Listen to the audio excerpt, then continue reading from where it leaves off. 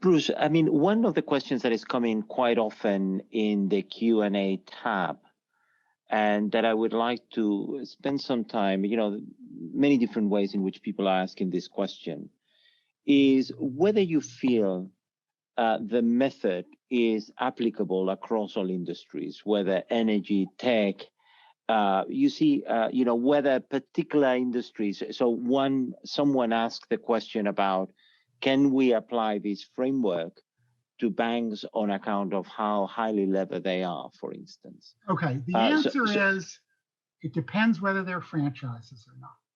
If these are big global banks competing in global markets, forget it. It's going to be asset value, earnings power value, because they're not going to dominate those markets.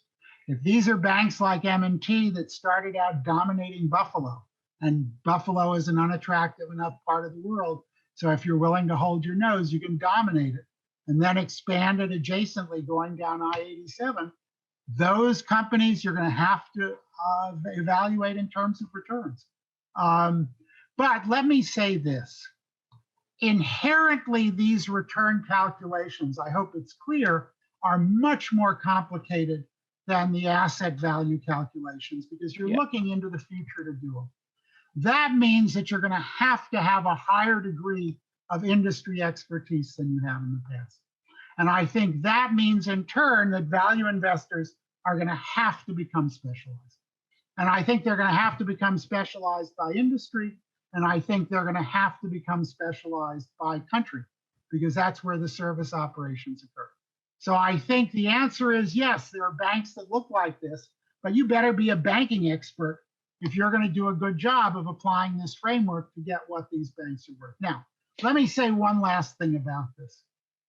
You'll notice that this helps you at the entry point. You have a price that's given to you by the market, you can calculate a return.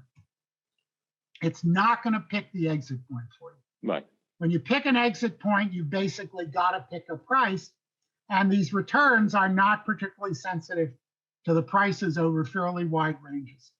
So, and I think this is the experience of good growth investors, that the buy decision is one that's manageable. The sell decision is brutally hard. And typically, people like Warren Buffett just have arbitrary rules. He never sells. Seth Klarman would never pay more than 20 times earnings. I think he's up to 25 times earnings.